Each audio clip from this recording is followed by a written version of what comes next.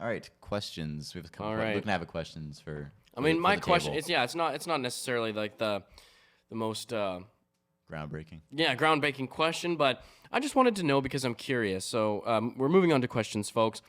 What do you think has been the biggest factor contributing to our recent losses? Because I just wanted to say that a lot of times you see teams come back from All-Star break better. One of the things that I like, it's like a league sort of thing, right? People come back from All-Star break, they've had a rest. Now they actually come back and they're like, okay, we're good, we're gelling and stuff. And it seems like we've come back from All-Star break really mid. Like we haven't been doing that well. I think it is our current lack of depth is really showing because we have two of our starters out. We talked about this before, where if one of our starters are out, we're down big because that is a fifth of our offense. Yeah, we only have 5 offensive players. So we have 2 out. That means we are way down, and 2 of them, like if Scotty's out, that's better for our offense than OG or something, like scoring wise, right? So we have 2 of our top scorers, especially like those are 2 like main ISO scorers. So OG and Fred. Oh, yeah. So I think 2 of our big 3. Yeah, 2 of our big 3 essentially. So I think that's honestly what it is because our depth, we don't have it. We don't have depth. Period. Well, then watch like OG and Fred come back in, and then Pascal's gonna sit. Yeah, something. Yeah, something like that. Pascal. As long as they're healthy in the hurts his finger. playoffs. But I think that's it. And I think sometimes I feel like it's just some like lack of drive, which is really annoying. But I think it's also just exhausting. I don't even think it's that because like I think all NBA players have drive. Like, I just think it's like it's so hard to play. I think Michael Beasley's driven. I think he was driven when he was in college. No, but I think like teams in general, like I think teams always try relatively hard, especially like teams like this. I just think we just don't have the talent. Like, there's not much talent on that bench. It's simple as that. We're not very talented. No. After our bench, even like Precious and Chris, they're not like talented offensive players yet. You know what I mean? Compared to the rest of the NBA, They're hustle players. They're hustle players. They're energy players.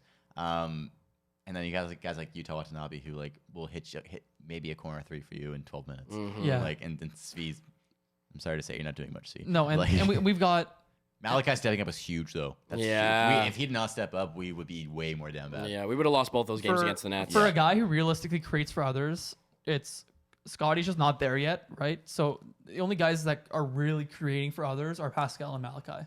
Yeah. And that's all we have. And I think I would like to see them get staggered more in the lineups. Because I think lineups like without either of them really struggle because Scotty's just not there yet to create for others. No.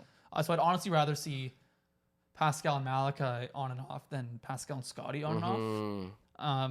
Yeah, that's true. That's very true because we know Pascal can run the point and create, and that's already like we know that.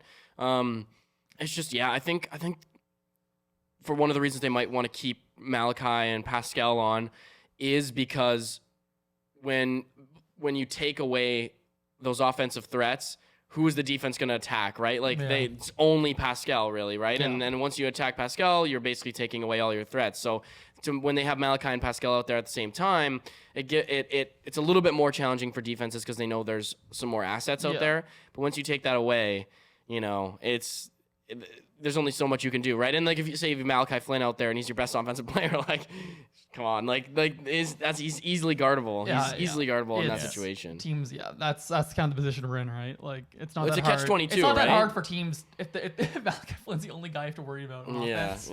Chances are you're not going to do that well. I do like what you say though. I do think we should stagger their minutes more though.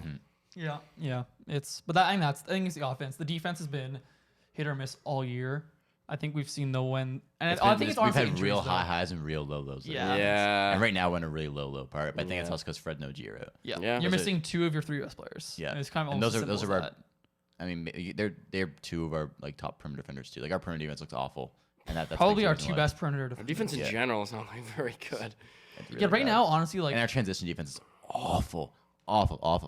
It's we talk about how like the whole thing is like the Raptors are the switchable, versatile defensive team.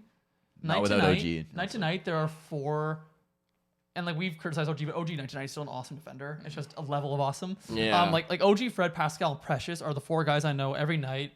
I'm getting a baseline level of great defense. And Chris, I'm gonna Chris to that as well because Chris has been awesome this year. Yeah. Everyone else, like I think Scotty also, and Gary can be good, but they're not every night. I think Gary's defense it's been really bad recently. I think that's getting exposed because Fred and OG are out. Yeah. Because now he has a lot more we rely on him a lot Yeah, more on defense. responsibility. Yeah, a lot more responsibility on defense because before he's guarding their fourth best guy and he looks really good. And like, granted, he is really good at guarding their fourth best guy, but now he has to guard their second best guy. Yeah. And he's getting real exposed. Like, Yeah. like guarding Jalen Suggs against Orlando, like he should be able to do that, but like he hasn't. Like that would be Fred's job. Yeah, normally. like against Cleveland tonight, if Gary's guarding Darius Garland, he might get ripped to shreds. We are fucked. Like that's a perfect matchup for a guy like Fred VanVleet.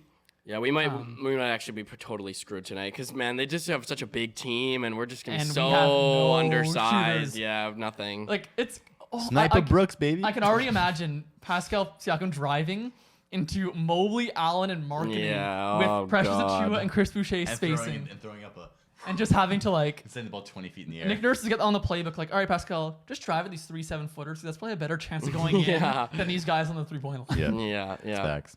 But hey, maybe Armani though. Let's hope so. And is man. Scotty playing? Yeah, Armani's gonna play tonight probably. He's he might have available. to. He's available. Yeah, So I think Utah's gonna get some minutes. I'd like to see that. he's probably gonna get minutes.